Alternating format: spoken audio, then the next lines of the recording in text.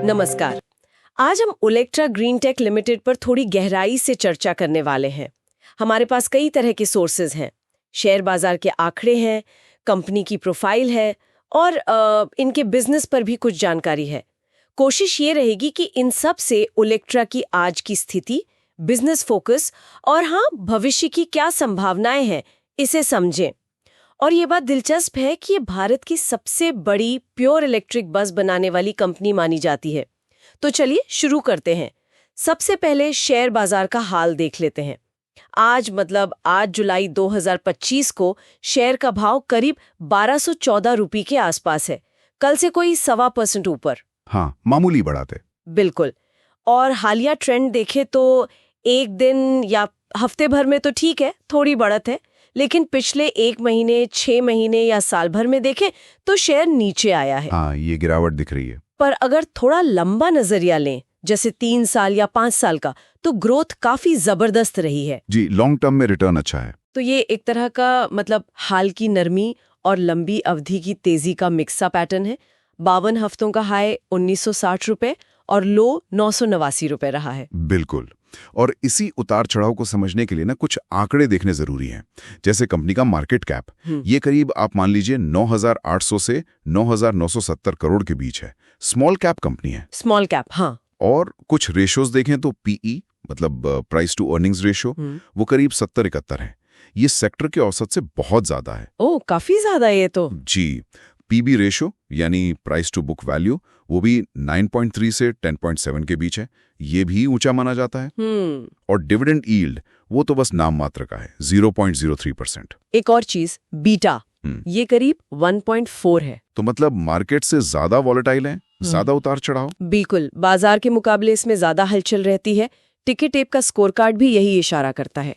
वो कहते हैं एंट्री पॉइंट ठीक है, प्रॉफिट कमाने की क्षमता भी अच्छी है, पर ग्रोथ औसत है और वैल्यूएशन वो महंगा है। तो ये विरोधाभास सा है कि लॉन्ग टर्म ग्रोथ तो मजबूत है, पर हाल में गिरावट है और वैल्यूएशन अभी भी महंगा लग रहा है। सही पकड़ा।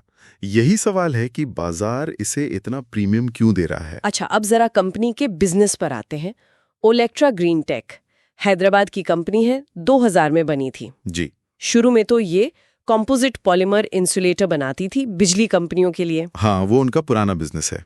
लेकिन अब, जैसा हम कह रहे थे, इनका मेन फोकस इलेक्ट्रिक बसों और ट्रकों पर आ गया है। और ये बदलाव कितना बड़ा है, इसका अंदाजा इस बात से लगता है कि FY25 के पहले 9 महीनों में इनके टोटल रेवेन्यू का 91% हिस्सा ईवी से आया। 91%, ये बहुत बड़ा शिफ्ट है। FY22 में ये 82% था। हाँ, मतलब ईवी पर फोकस लगातार बढ़ रहा है। और ये भारत की सबसे बड़ी प्योर इलेक्ट्रिक बस बनाने वाली कंपनी है। अलग अलग साइज के मॉडल्स हैं इनके पास, 7 मीटर, 9 मीटर, 12 मीटर। 2448 बसें और 51 टिपर्स डिलीवर भी कर चुके हैं। अच्छा। और ये जो ईवी डिवीजन का विकास है ना, ये बहुत तेजी से हुआ है। इनके मुख्य ग्राहक कौन है? सरकारी परिवहन निगम, जैसे महाराष्ट्र की MSRTC, मुंबई की बेस्ट, पुणे की PMPML, तेलंगाना की TSRTC। यानी बड़े सरकारी ऑर्डर्स पर काफी निर्भरता है। बिल्कुल। और जो इंसुलेटर वाला बिजनेस है वो अभी भी चल रहा है। रेवेन्यू का करीब 9% वहीं से आता है और वो अंतर्राष्ट्रीय बाजारों में भी विस्तार कर रहे हैं। एक और अहम बात, चीन की जो कंपनी है BYD, उसके साथ इनकी टेक्नोलॉजी पार्टनरशिप है दिसंबर 2030 तक। ये ईवी के लिए बहुत जरूरी है। तो मतलब साफ है कि कंपनी ने अपनी पूरी ताकत अब ईवी सेगमेंट में ही झोंक दी है। हाँ, फोकस एकदम क्लियर है। तो ये तो हुई कि कंपनी अभी क्या कर रही है, लेकिन भविष्य को लेकर इनके प्लान्स क्या हैं? सुनने में आया है कि इनके पास ऑर्डर्स की कोई कमी नहीं है। हाँ, ये इनका सबसे बड़ा प्लस पॉइंट कह सकते हैं इस वक्त। Q3 FY25 तक का जो आंकड़ा है, इनके पास 10,224 बसों का ऑर्डर था। 10,000 से ज्यादा? जी। और इसकी वैल्यू करीब 15,000 से 16,000 करोड़ रुपए आंकी गई है। ये बहुत बड़ा ऑर्डर बुक है। वाकई। और अभी हाल ही में हिमाचल रोड ट्रांसपोर्ट कॉर्पोरेशन से भी 297 बसों का ऑर्डर मिला है, करीब 424 करोड़ रुपए का। ऑर्डर्स तो लगातार आ रहे हैं। बिल्कुल। और इन ऑर्डर्स को पूरा करने के लिए ये एक नया ग्रीनफील्ड ईवी प्लांट लगा रहे हैं सीतापुर में, 150 एकड़ जमीन पर। अच्छा, नया प्लांट? कितना बड़ा होगा ये? इसमें करीब 750 करोड़ रुपए का निवेश कर रहे हैं।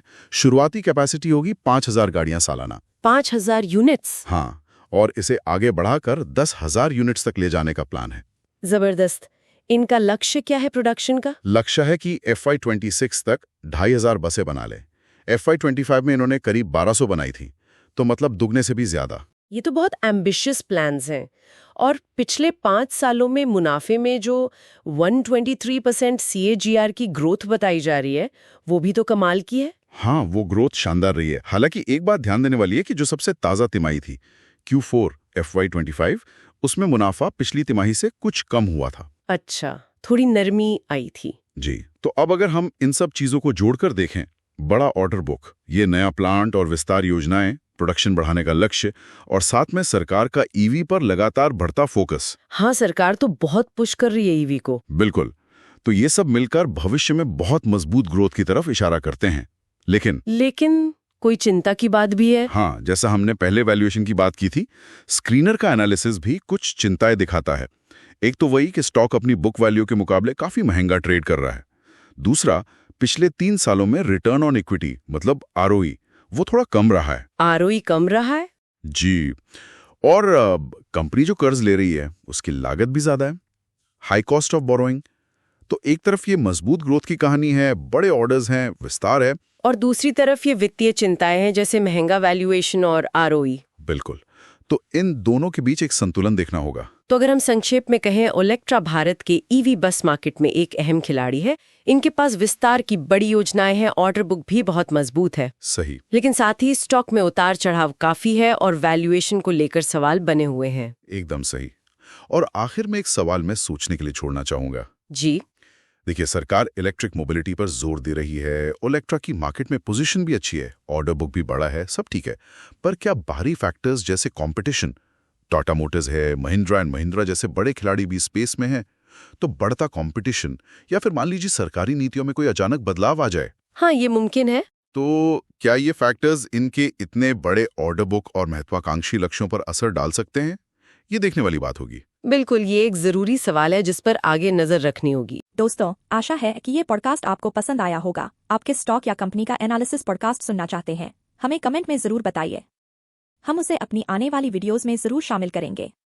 ऐसे ही पॉडकास्ट सुनने के लिए स्टॉक्स इनसाइट को सब्सक्राइब करें और रोज सुने नए नए स्टॉक्स का डिटेल एनालिसिस पॉडकास्ट हिंदी में।